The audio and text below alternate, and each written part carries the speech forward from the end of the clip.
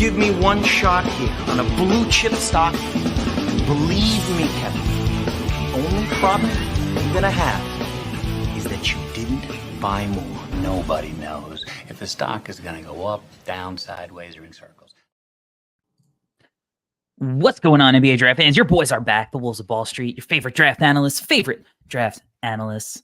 It's your boys, Corey and Albert, from the NBA Draft Show on the No Ceilings NBA podcast feed. My name is Corey Tulaba, and I'm here, as always, with my co-host, Albert Garbage Time Gim. Albert, what is going on, man? A lot's going on. But at first, I want to say, for our listeners out there, if you've ever questioned our dedication, the Knicks are tipping off the season opener, and I'm here recording a pod about some guys that haven't even played a minute of college basketball yet. But I'm here, and I'm committed, and I'm excited. And later on, Corey might ask me a question about Omaha Biliew, and I might give an answer about Miles Kelly. So don't hate me too much for it. It's love and dedication for the craft, man. And we are going to cover Omaha Biliew. We are going to cover Jacoby Walter. But before we get into that, Albert, I wanted to share with anybody who is watching this, we have some exciting news at No Ceilings. We have decided that at No Ceilings, we are launching a paid tier called No Ceilings Plus. Now, I know what you're thinking. You guys are sellouts. You're in it for the money. And you gave all of this free stuff for 2 years, and now you're just trying to cash out. You're right. No, I'm joking. You're still getting everything that you had ever gotten from No Ceilings exactly the same with a free subscription. You are still getting everything Monday through Friday, all of the podcasts, all of the video stuff on YouTube. Everything is the same. No Ceilings Plus is bonus content. Okay.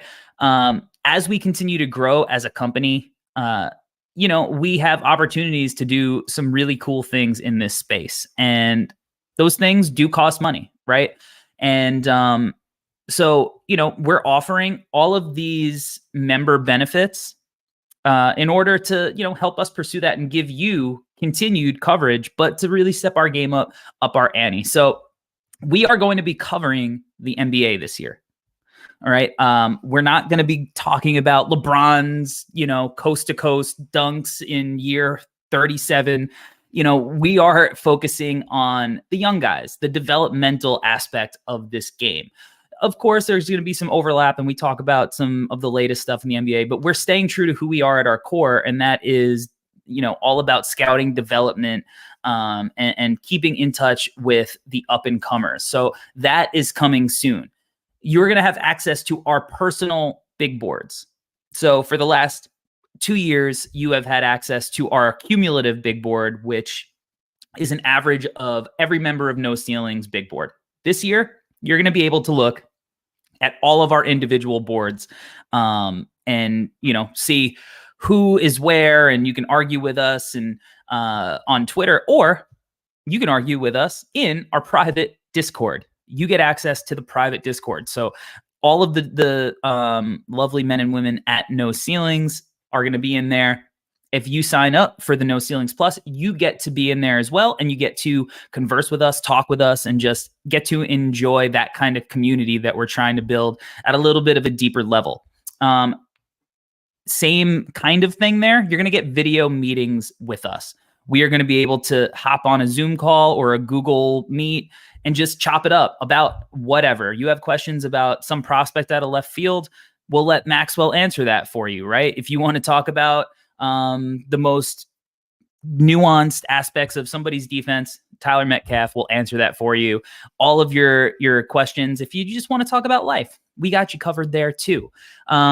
You're also going to get a free preseason draft guide. So our preseason draft guide is going to be launched with No Ceilings Plus. So if you want access to that, all of the write-ups, all of the stuff that you're accustomed to with our draft guides, you are getting the draft guide in your membership.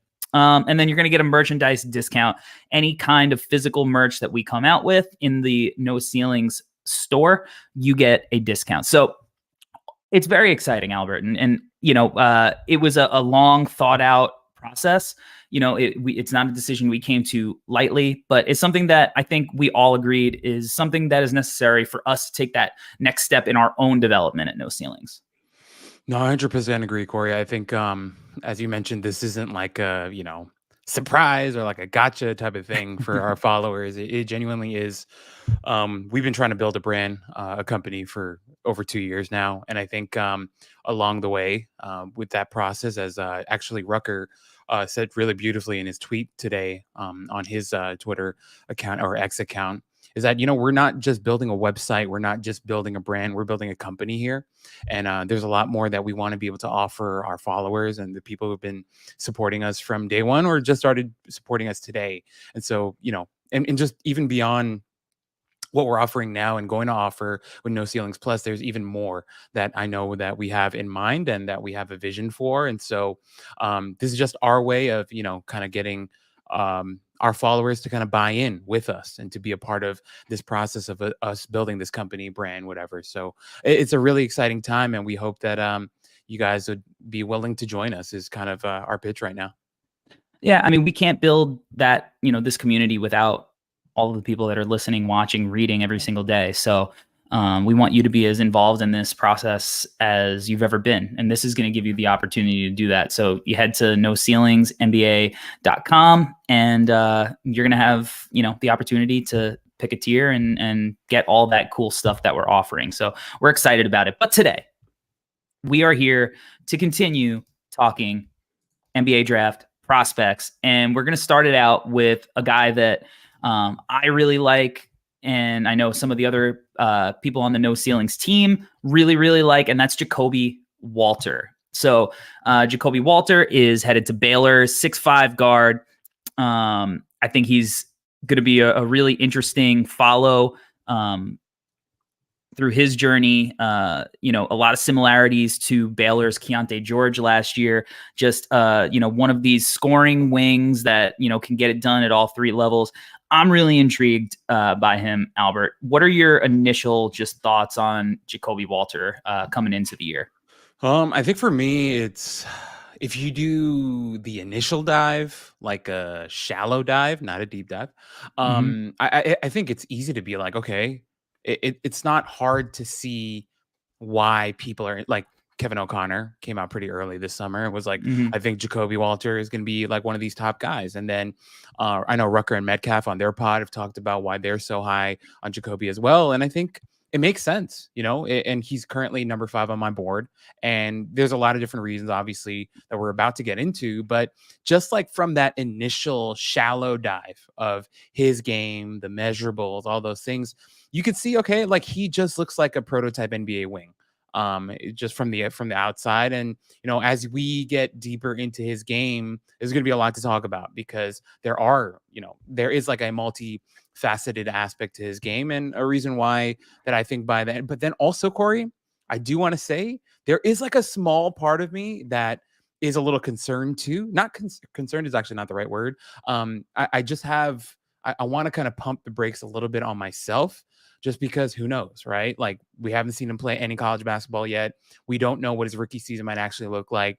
But overall, a really exciting prospect. I'm excited to get into it. Well, I think that perspective is going to be good because we don't just want to be all, singing the praise of these prospects who, every prospect has holes in their game, especially at this point in their development. And especially, we're going to be breaking down film that took place a year ago. Right. So like, based on this film, we haven't seen them in a while. And when the college season starts, they're going to be better players just because they had another, pivotal offseason under their belt. So this is a preseason dive. Right. And I think that there are a lot of areas in which I completely understand that with Jacoby. Now, we got an opportunity to see him in person at the Nike Hoop Summit. I didn't think that he was one of the standouts. Agreed. But in a lot of ways, it was almost like it felt like a good thing that he was a guy who was able to blend in because he also wasn't somebody that we noticed that we were like, oh, he's having a rough week. And I think that says a lot about who he could be as a prospect, who he kind of is as a prospect. Because I think ultimately, as we break down his film here, the first thing that you can talk about with him, right, is that he is going to be a guy that right away is going to be able to play off the ball. Yeah. He's going to be a guy who can knock down spot up shots. That's a pretty shot, high arc, right? And I think we saw a lot of that during his time at Link, where he was playing off of Elliot Cadeau. Because why would you want to take the ball out of Elliot Cadeau's hands, right? That dude is just an absolute monster playmaker. So he did a lot of the off the ball stuff that I think is pivotal for one, as a freshman coming to a team like Baylor that's going to have a lot of backcourt help, right? And then two, trying to talk about him as an NBA prospect, like chances are he's not going to come in and be the number one option on a team. He's going to be a guy that has to learn how to fit in. And the fact that he has this ability to be a guy who can knock down spot up shots and, score off the ball, I think that's going to be really big for him as a prospect. 100% agree, Corey. I kind of want to emphasize the first point that you made about our impressions of him at the Nike Hoop Summit. I think blending in can be taken two different ways, right? I think the way that you portrayed it is he's fitting in, he's not doing too much, he's not playing outside of himself, is one way to look at blending in. Another way, like a pessimistic view of blending in, might be like, oh, like maybe he's just kind of ghosting, maybe he's not really, showing off or showing himself and what he can actually do, or he's kind of disappearing from the moment. I think it kind of we're talking about semantics here, right? But I think overall, I definitely agree with you with Jacoby in that he's more of a blender rather than a go-to guy. But also, we've talked a little bit about Cameron Carr as well and Elliot Cadeau. We did the whole breakdown. Like playing with a guy like Elliot Cadeau kind of gives you the freedom to just be a supporting role type of guy, a guy who can play off of a primary ball handler like Cadeau. So I think it really is going to be interesting to see. Once again, I'm kind of, reserving making final judgments on anything, but it's going to be interesting to see how he blends in at Baylor, how he gets to show off his game at Baylor, what he looks like in that system with that roster and not the one that he played with at Link is going to be really interesting to watch as well. Absolutely. But, I think bringing up Cameron Carr is a nice little segue into separating Jacoby, talking about, okay, this is a dude who can play off the ball. There are levels to that, right? Because Cameron Carr was a guy who exclusively was off the ball, and he really did so little off the bounce shot creation. Jacoby has that to his game.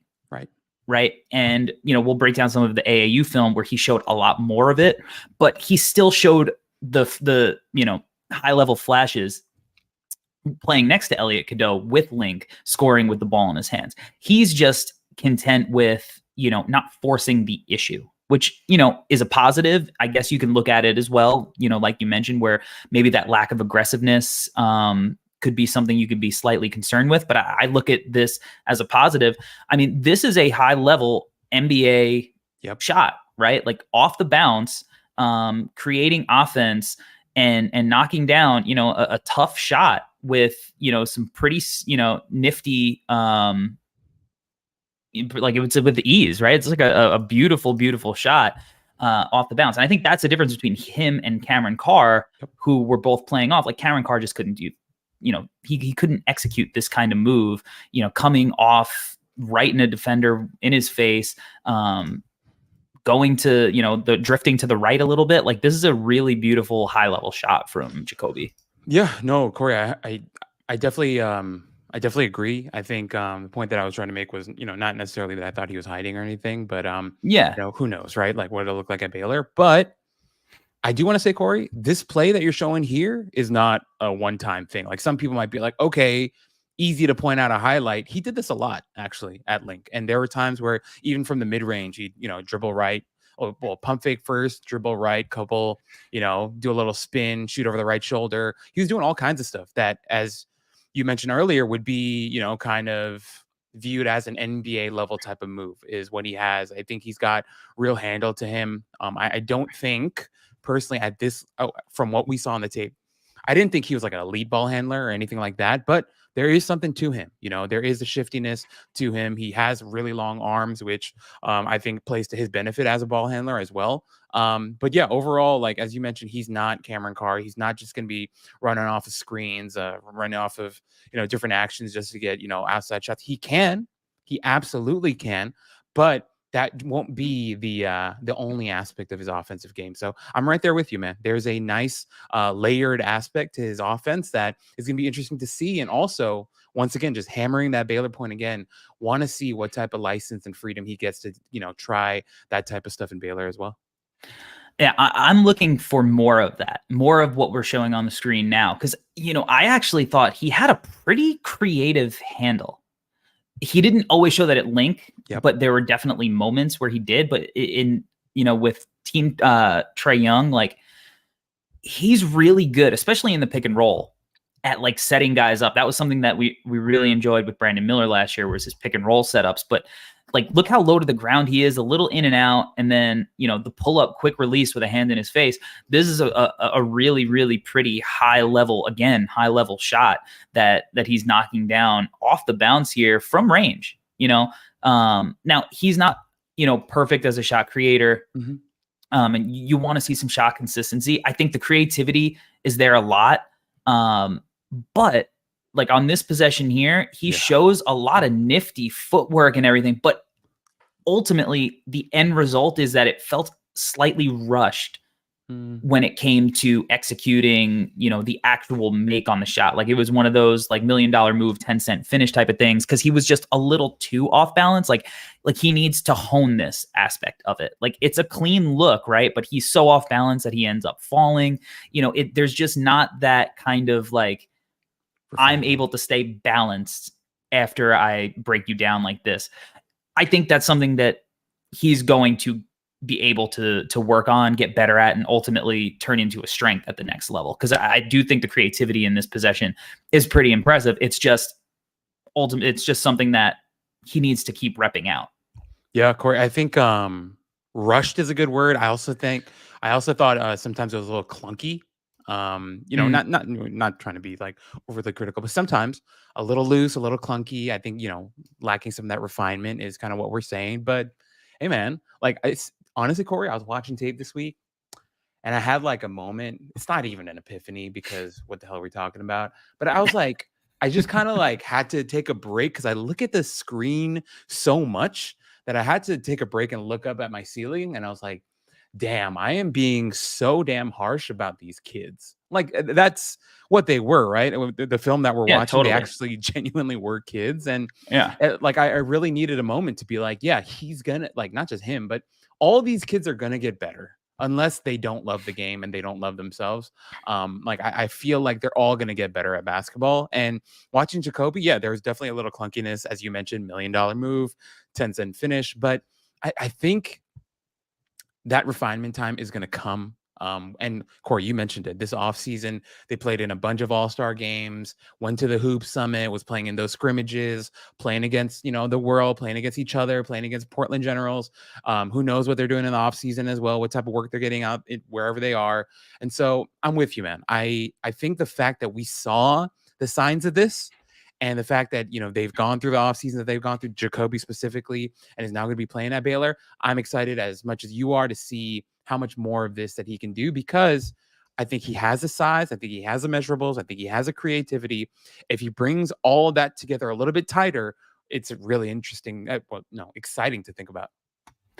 100%. You mentioned the mid-range game a little earlier, and I think this is a really fun possession where he shows it off a little bit, and it's a tough shot off balance. But again, a little bit of that self-creation. I love how low to the ground he gets as he's about to make a move. I think his first step, and you'll see it a little bit when he starts getting to the rim, I think he's got really impressive first step burst, which is interesting because I don't think he's like a great vertical athlete. But I think that he's able to use that first step burst as a means to create, get to the spots in which he's trying to get, and just get that little advantage, every little advantage that he can. And he does a really good job of that on this possession in isolation in creating that. Yeah, no, Corey, the mid-range is important. It's something we talk about all the time. And Corey, actually, I wanted to ask you because, you obviously have a closer eye to stuff like this. But I thought sometimes off the dribble, he kind of struggled on the gather. Like, after doing a lot of different moves, I thought sometimes it could be a little clunky, him getting the ball up. That one looks really, really nice.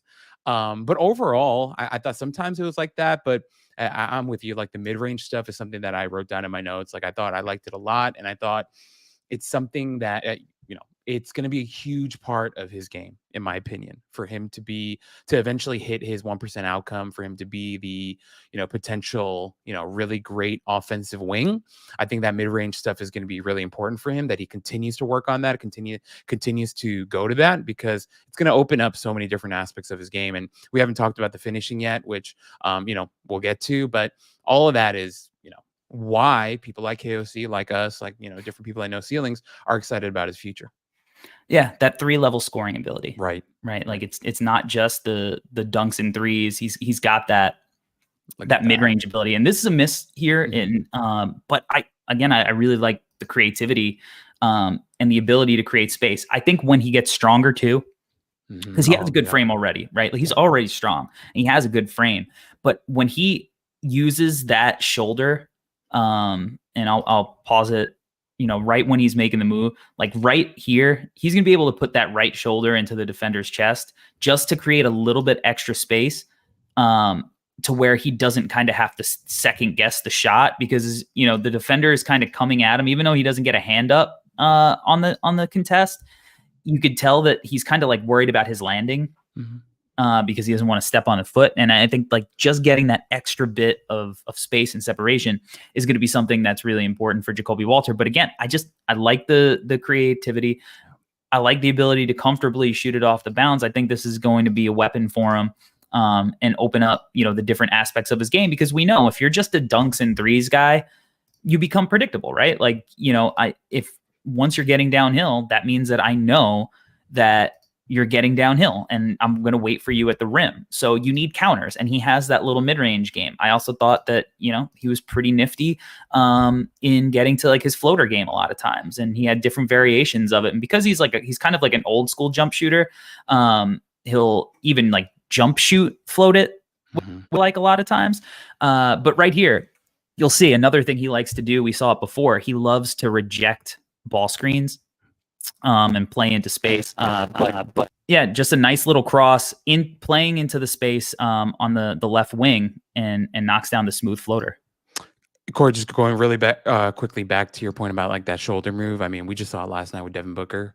Something he does all the time, creating that extra little window for him to get his shot off with that shoulder. Obviously, Jason Tatum, another guy, is so good at that. But Corey, I think something that I wrote in my notes that I love, and I love that you're highlighting right now, is I thought he showed immense touch. Whether it was like with his floaters, or you said it perfectly, kind of like him shooting it in. I wrote like push shot, but it's essentially the same thing that we're saying. Like he has good touch around the rim, and I think kind of speaks to him really being like one of these guys that can really shoot the ball, that has great touch from kind of anywhere on the floor. And so I'm with you, man. I think also it's important that he does stuff like this, just because I don't think he's an elite athlete vertically. You mentioned that as well, something that I wrote. Also, I think like he is like a pretty strong-ish guy, but I thought he kind of struggled and avoided contact at times when he's going to the rim, which is something that I like to see him improve upon. But as he gets stronger and he embraces more of that contact, and he has this type of touch, we're talking about a scary interior scorer. Yeah, undoubtedly. And again, I think the one thing he shows here on this possession, again, where he's rejecting the screen, is that burst coming off the cross. Like that's a nice blow by, does a good job avoiding the defender and doing that little push float shot that, we were talking about. Not like your traditional Tony Parker teardrop floater, but more of that jump shot floater. So yeah, I love that he has those aspects of an in-between game to him. And I think Devin Booker is probably like the dream, right? Like ultimately when you see a shooting guard like this, like that is your ideal scenario for somebody to end up like that. Now there's a lot of different outcomes. You can, be Bradley Beal, who's still a high level scorer, but not quite at that tier of complete player. Right. And then there are lower tier outcomes as well. Right. Like even a guy like Zach LaVine, who is a really efficient, great scorer, but you're not going to put in that same tier even. And, obviously athletically, Zach LaVine was a different athlete, but he's all a super skilled guy as well. So, developing some of the other parts of his game, and I'm going to be interested to talk about him. I think that, that's going to be important. Going to his finishing again, I think right away, early on, he's going to be a guy who uses that shot gravity to attack those closeouts and kind of get to the rim. And again, having the threat of a shot where people have to close out to you, it's just huge. And he has that. So I think that because he has that first step, he's going to be able to get to the rim just attacking closeouts and get a couple of, get some easy buckets just that way. Yeah, Corey. I mean, we talk about a lot of prospects that their swing skill is shooting, and it seems like with Jacoby, he kind of has that in his bag. He's going to be coming into his freshman season kind of known as a good outside shooter, so that should play to his advantage. But yeah, Corey, I'm with you, man. There are a lot of different outcomes that can come from a guy like this, but I don't know, like it just makes me think, like with the type of touch that, and there's a cerebral aspect to his game that I actually really enjoyed. He seemed like a guy who was really processing the game pretty well, and I thought was making some smart decisions. Although, once again, like there also were moments where I thought his game did look a little clunky, a little messy, but also, he was like 17, 18 years old. So let me relax with that. And, he's demoing some songs right now. Exactly. SoundCloud is getting all the bad stuff right now. It's okay. But no, I'm with you, Corey. Like I'm excited to see this develop. But once again, just like with the inside stuff, like just a little bit more strength, I think will benefit him a little bit. But that's a nice little lob for him to finish. Another great lob from Ellie Cadeau, kind of his thing. Always definitely his thing. This is a nice finish below the rim, right? Like even the alley-oop that we played, the last clip, like he wasn't throwing it down like we're going to see from Omaha in a little bit, right? Like, it was a nice dunk, but it wasn't anything special. But if he can have the touch finishes like this, that's probably more important. Like he's never going to be the super athlete. He'll get better athletically just from strength and conditioning, right? But these touch finishes where, he's off balance, going up and under, I think that's really important. But one of the reasons I think his percentages were so high, like he's really good in transition, even though he's not a super athlete. He hustles. He's the first guy down the floor here. And he's got a point guard and people on his team that are going to reward him for doing it. So of course you want to run, right? So I'm bullish on the finishing because I've seen like a lot of craft to it, right? Like, yeah, he's demoing some stuff and sometimes it looks a little clunky, but then other times like he's busting out some really like high level, finishing packages, like breaking this guy down off the dribble here. And look at that left hand. Yeah. Soft left hand. And that's huge. Not a lot of prospects can finish with their left hand like that. And that looked natural. It didn't look like it went in and it was awkward. It was very, very natural. It's clearly something that he's going to, continue to emphasize, I think. So, I really like his finishing package, even if it's not like super highlight reel worthy a lot of the times. I think he's very effective and efficient here. That's a nice takes rip. The contact, catch and rip. Right. Yeah. Just like one of the first clips in the finishing section. But that first step and he's got the guy on his hip, uses it to cleanly get to the rim. I love that about him. Corey, it's amazing how impressed we get when a guy finishes with their offhand. We're not that hard to please. We like a good offhand finish. Yeah, we certainly do. But 100%, man. Like that's a really nice rip, man. Really quick, as you mentioned, gets the guy just, the defender's just fighting for his life to get back, and a nice clean finish. So I'm with you, man. There's a lot to like. A good foundation, and I think he's very worthy of being in that top 5 conference. I have him at 5. Yeah, that's the range I have him, 5 or 6, and in that range right now. I could be talked into having him at number 3 ultimately. Exactly. Like I really, really like him, and because I think there are hidden layers to his game.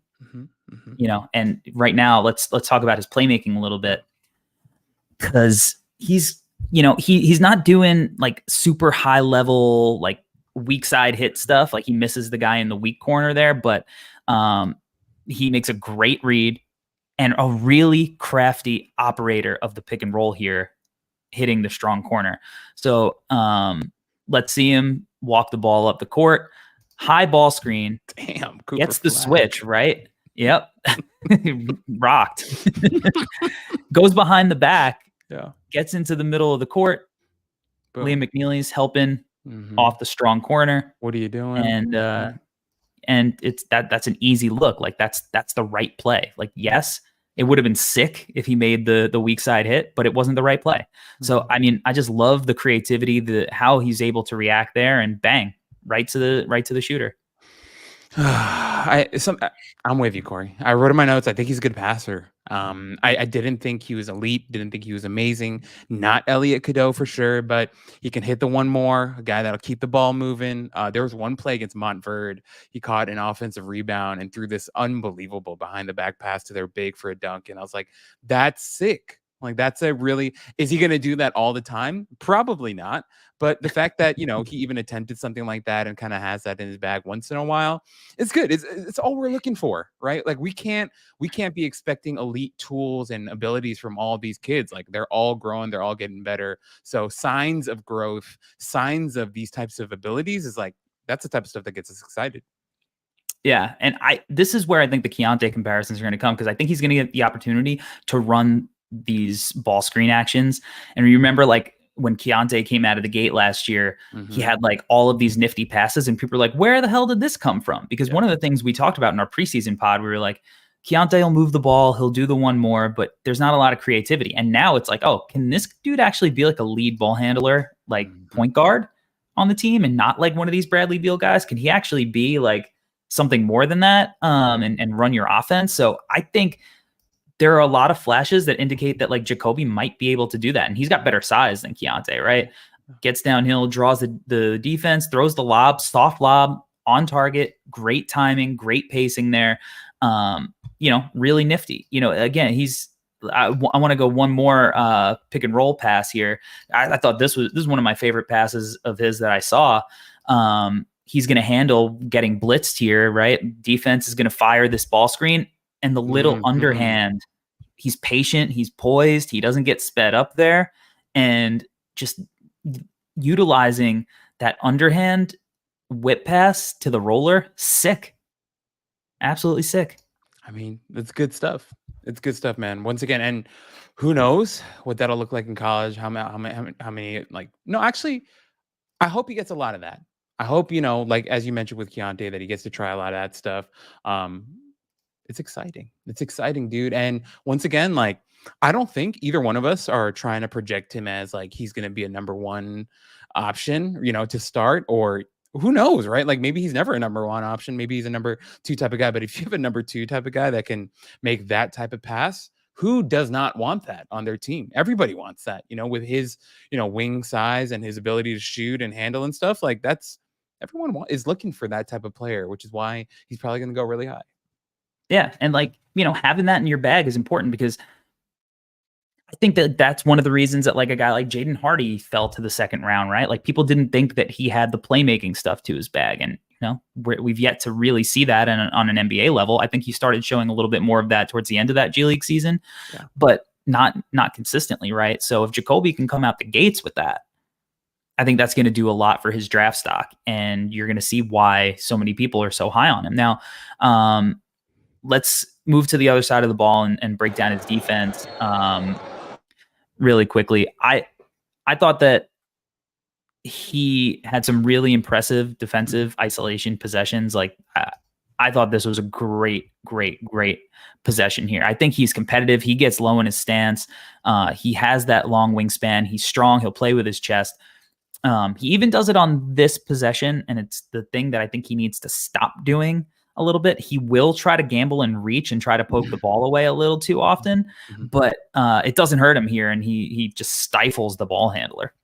Corey, it's funny you bring that up, because for me, I also wrote that he gambles a little bit, but in a different way. I thought positionally, sometimes he was like a little bit too excited, a little too frenetic, like as a defender, where he would almost play himself out of position just because he was trying to do so much, which is like not the worst thing, right? At least that means he's locked in and he's like trying to make a play on the defensive side of the ball. So I didn't hate that.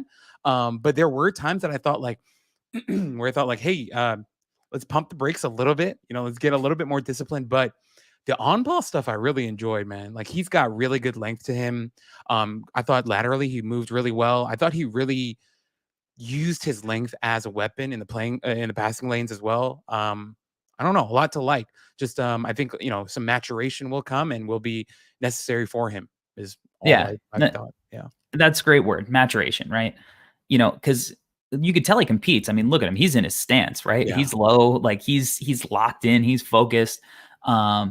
But you got to know, like, you don't need that little reach there at the end. Like, he gets blown by. It doesn't ultimately hurt them on this possession, but it's just that little thing. If he's just staying solid, I think that's really what he has to do as a defender to make an impact, is just stay solid. And I think that's something that a lot of young players that are athletic, kind of struggle to understand. It's more important that way to just force a bad shot and get a rebound than it is to try to gamble for every steal.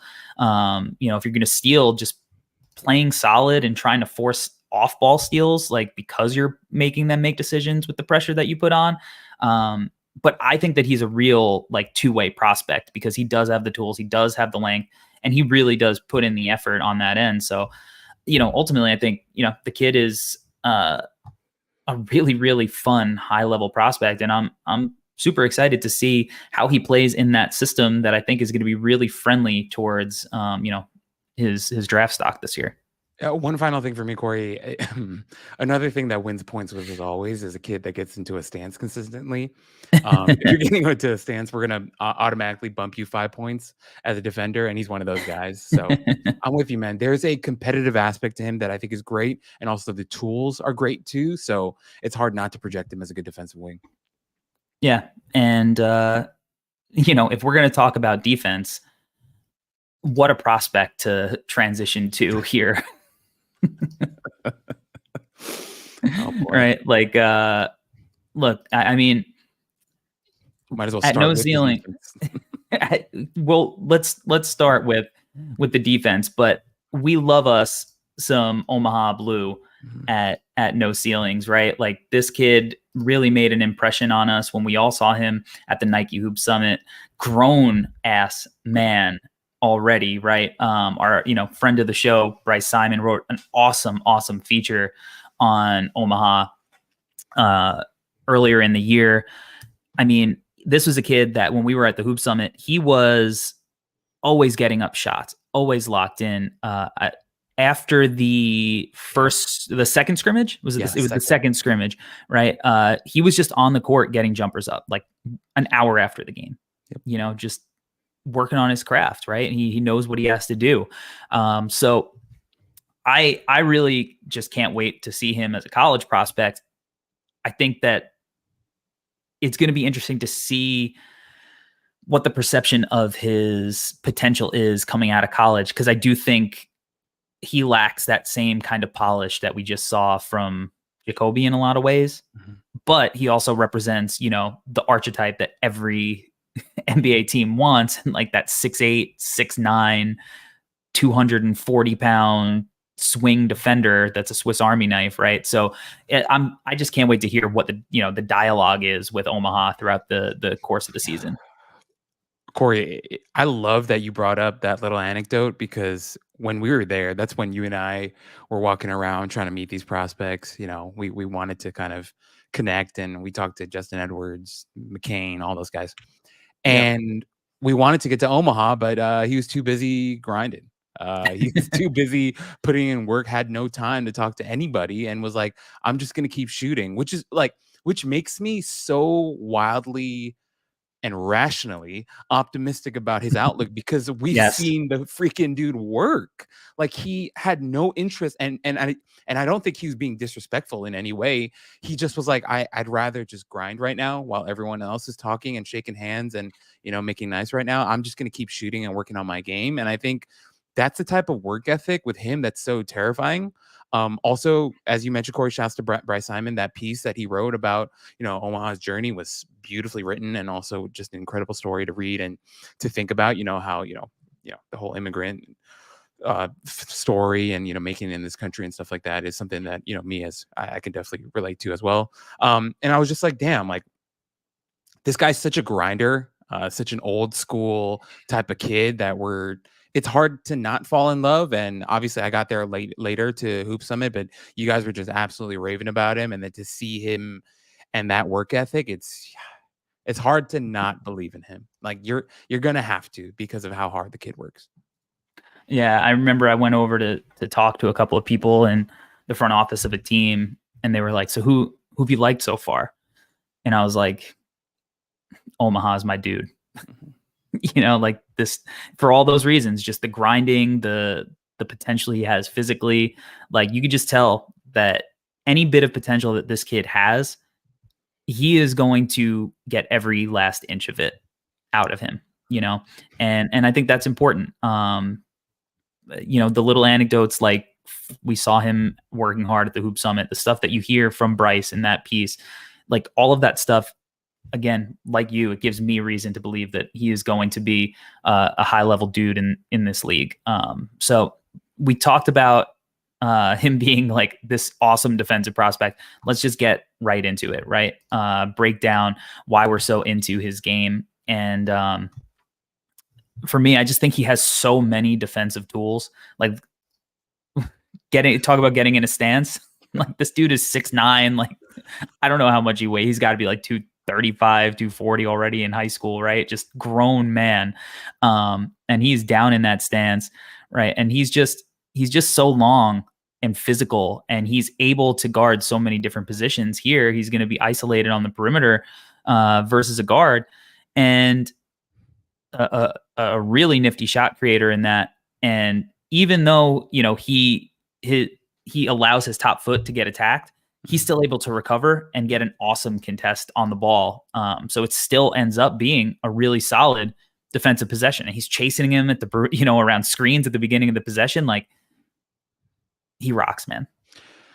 It's clear that Omaha does like yoga or something, because the kid has like great hip mobility. The fact that he's that big and can get that low in his stance, I think speaks a lot to that. And the fact that he can flip his hips and do all that stuff is incredible.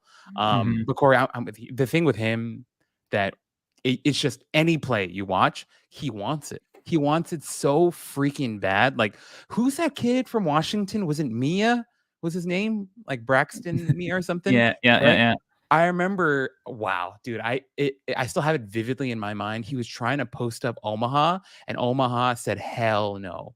Like, I don't give a shit what Raphael says about you. I'm going to put the fucking clamps on you, was what he did. And it was unbelievable to see, because he was like, dude, you don't want it enough, was essentially what he was saying. Like, he dominated him so hard.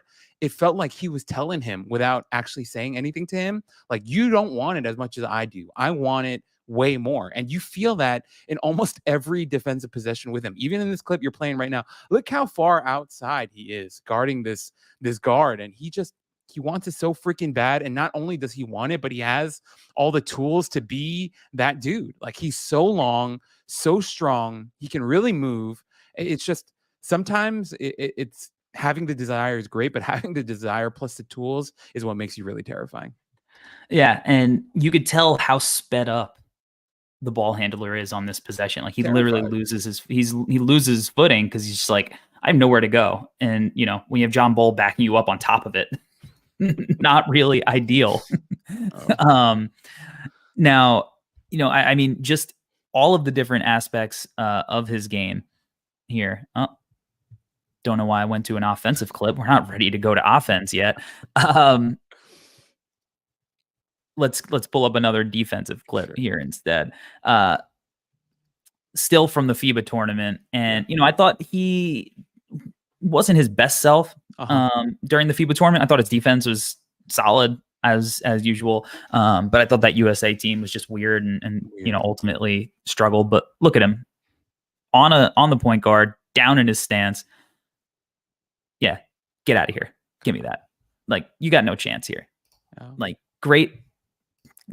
Hats off to this kid for testing him, but it just, that kind of thing, it just won't go well.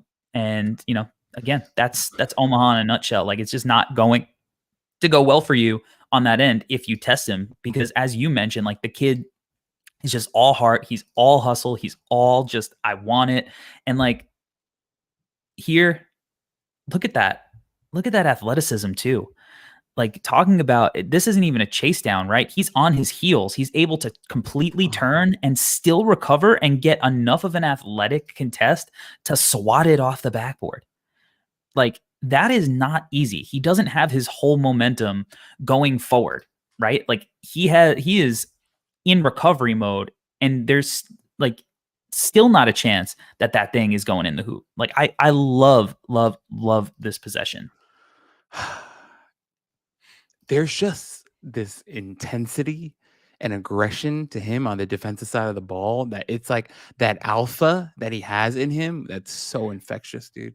And like you feel it like whenever he plays, like it's not just him. Like I feel like he's playing at such a high level defensively that it rubs off on his teammates as well. And you just feel so good on the defensive side, knowing that he's there and he's doing all of that everywhere on the court. It's infectious. It's the only way I can put it. He's genuinely an infectious defender that's so scary and intimidating, and the way he just like taunts people as well, like it's great stuff. But along with that, Corey, everything that you said, right? The instincts, the know-how, the everything. He's fantastic. There's so much to love.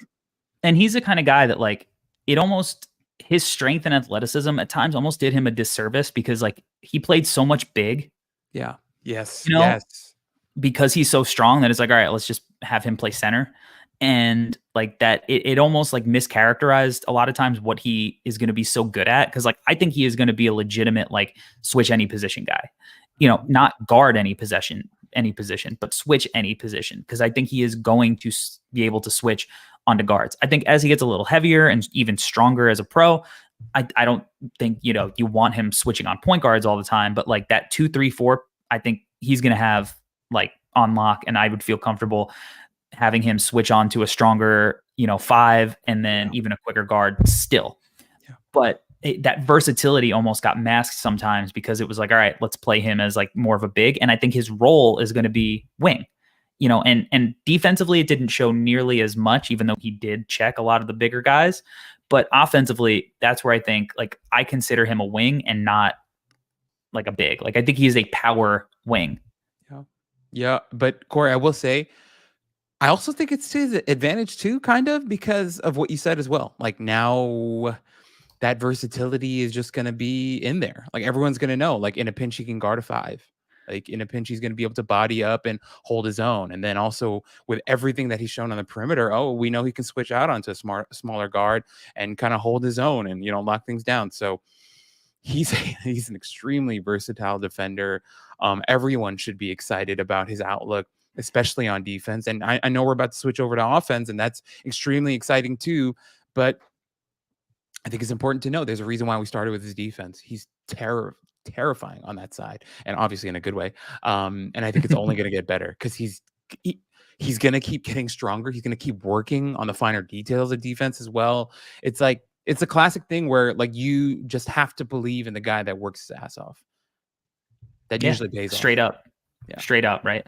All right, so let's talk about the offense first. And I mean, we talked about him as an athlete and as a physical presence. So I just wanted to start it off with him just absolutely rocking the goddamn rim. Good start. Good start. Yeah.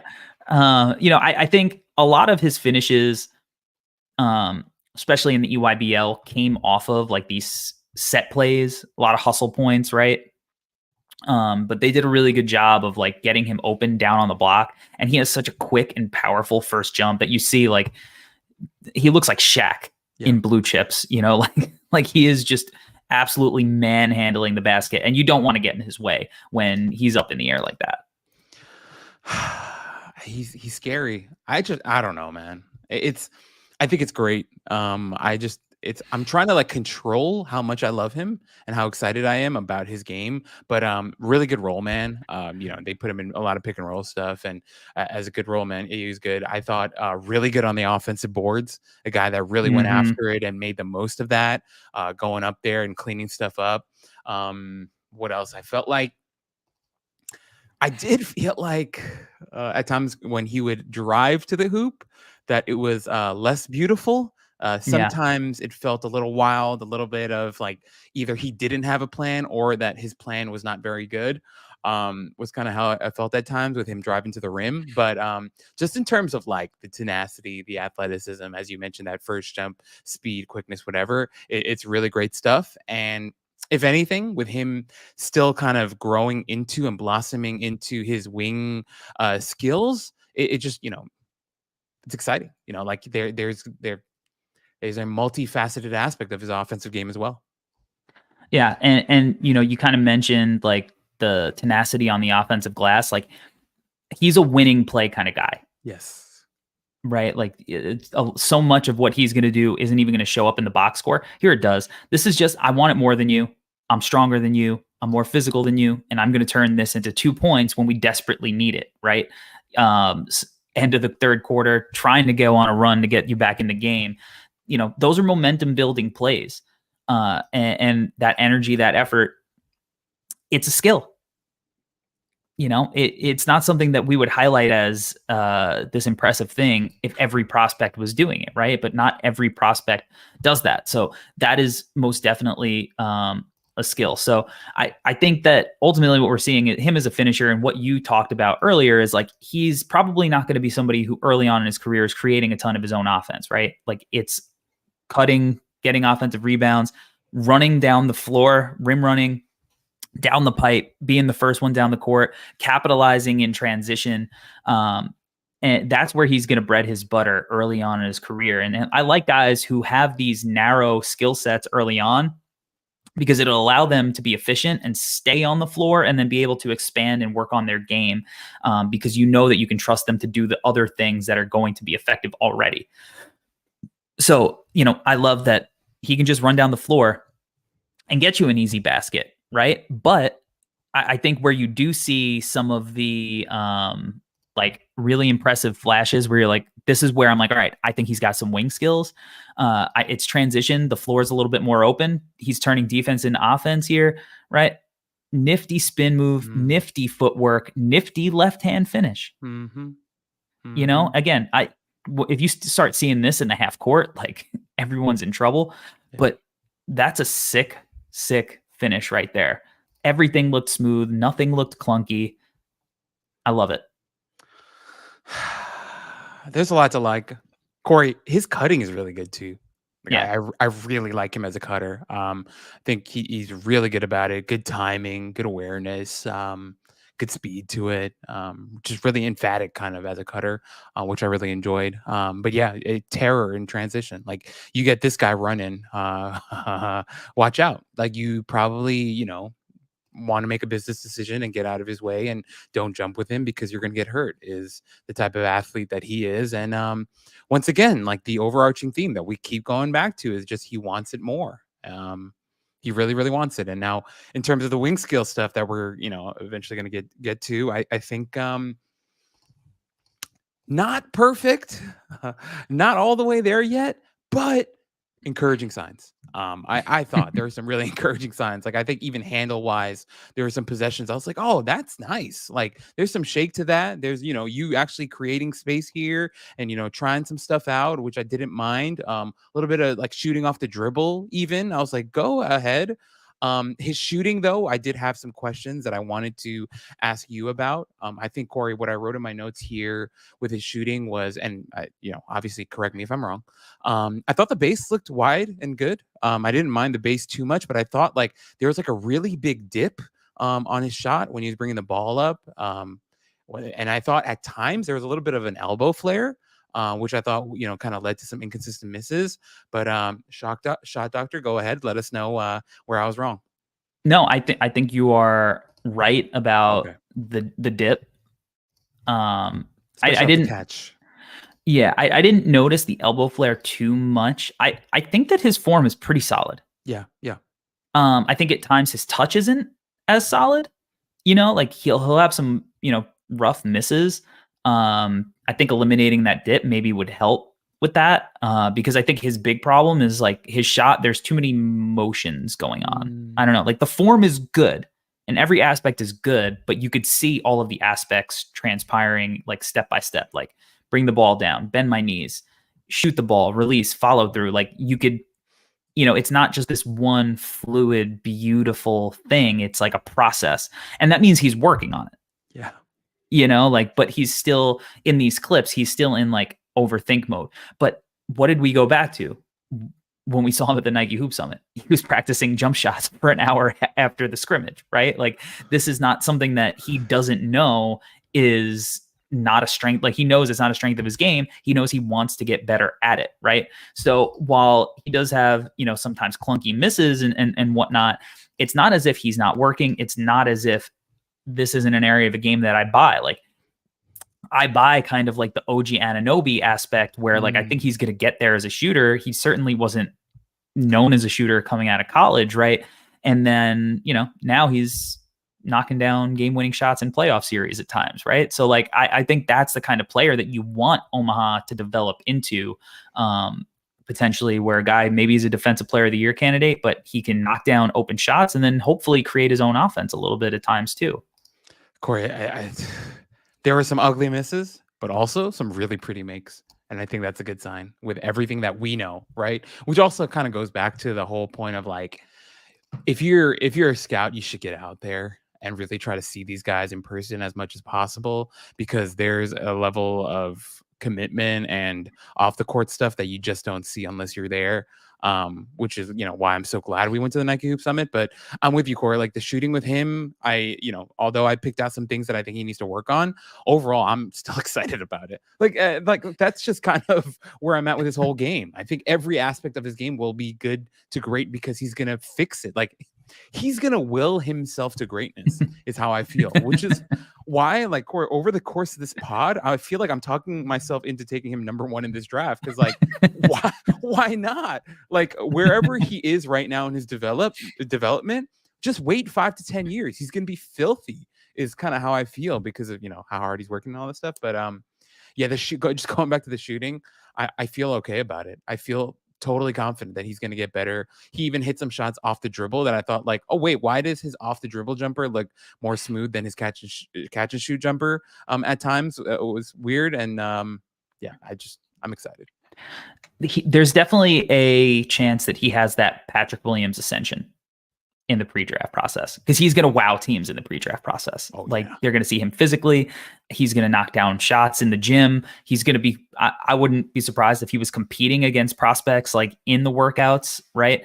And he might be the guy that everyone's like, wait, why are we not taking a 6'9" dude who's crazy physical, is a little raw, but has all of these tools that he's a ball of clay that we need to mold? Like, yes, let's take him at number 4 in the draft, please. Let's take him 3rd in this draft. What? It's an up in the air draft. There's no true standouts. Like, yeah, let's take the wing, right? Like, I could totally see that happening with Omaha, and I would be for it because I think the kid has a chance to be, an impact player in the league. I'm not saying I think he has a chance to be an all-NBA guy, but who knows? Maybe he can get there. Maybe he's that psychotic of a worker, right? Like, I would love to talk to him and try to figure that out for myself.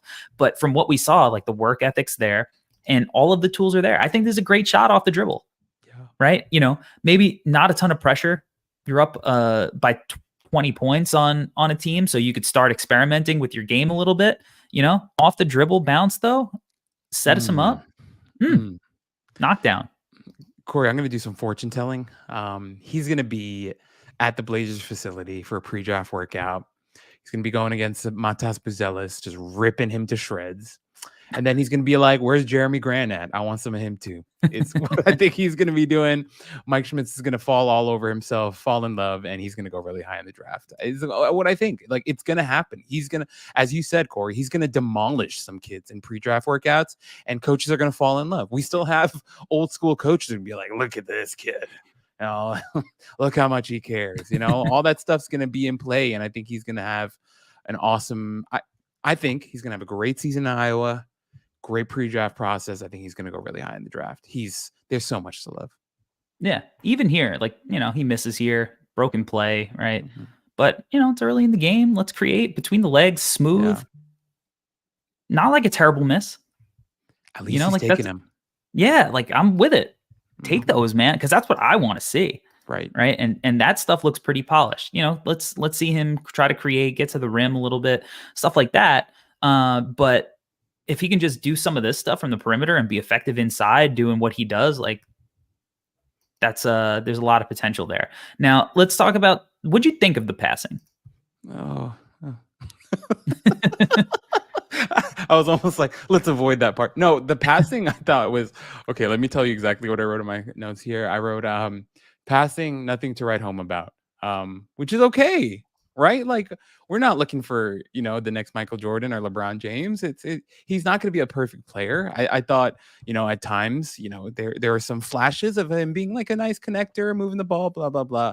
I didn't think it was a huge part of his scouting report. Is kind of the best way to put it in my opinion. I thought if you have some flashes and you have some not so goods, then don't write it in pen. Don't write it in permanent marker. I think it just wasn't a major part of his game. Is what I thought.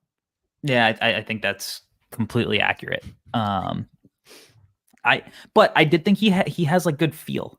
Mm-hmm. Like some of his reads were like the placement was really nice. Like I think this possession here, like he makes a quick 0.5 decision, right? Like he is not going to be a creator by any stretch. Like, or maybe he is, I don't know, but I wouldn't project him to do it based on what we've seen on the film. Right. But I do think that he's capable of making quick decisions. And, against the zone, they put him at the nail a lot of times. Like, look, this is what you're supposed to do against the zone. Like, if you're in that position, you're supposed to keep that ball swinging quick so the defense can't rotate over, to your shooters or the guys diving behind the zone. And, he does a good job. He's talking, he's communicating, he's telling people where to go, right? You love seeing that. And then the ball's here, knows where to put it. Bang. Knockdown. But then he would do some stuff like this, which again, like he's stationary. He's not like doing it off live dribble passing. It's not super flashy stuff, but he is not going to be that high usage guy, especially as a freshman, right? Like that's stuff he's going to, if he ever gets there, that's like year 4 or 5 in the NBA. Like we're so far away, but this is a read, right? And we go back to our guy, Cam Carr. He can come off that screen for the 3, or he can, dive to the rim. And that's a good read with good placement and good timing to his cutter from Omaha here. So like, it's not as if like he knows his options, but that's not necessarily set for him to cut. Like that's something that Cameron Carr has to read. And I thought he made a really nice read here. So like, I like the feel that he has, and that's all I need to see from him. I don't need to see him initiating ball screens. I would love to if that was the case, and you're talking about a potential number 1 pick, but where he's at right now, I just want to see like the raw potential to like make some nice connective passes. And I think he's there. Yeah. I think the most important thing is neither one of us walked away thinking he was a black hole. He was a guy that was willing to move the ball, willing to make these types of reads. As long as he's not a detriment in terms of that part of his scouting report, I think we're both good. And he wasn't. And if anything, he showed some nice flashes. As you mentioned, Corey, that last play he showed, really nice timing, placement, anticipation, all that stuff is good. 100%. I'm a big fan. I think I have both of these guys in my top 10. Yeah. I could see both of them being top 5 guys. I could see them both, going lottery, top 20, whatever. There's a number of outcomes for both of these guys, I think, but I'm bullish on both of them. I think that they're going to be really fun to monitor this year. And we're so close, Albert, because as you said at the top of the show, your Knicks are playing tonight, Bulls are playing tonight. It's a full slate of NBA games. That means college basketball is coming. So it's a very exciting time, and I can't wait to watch Omaha and Jacoby suit up.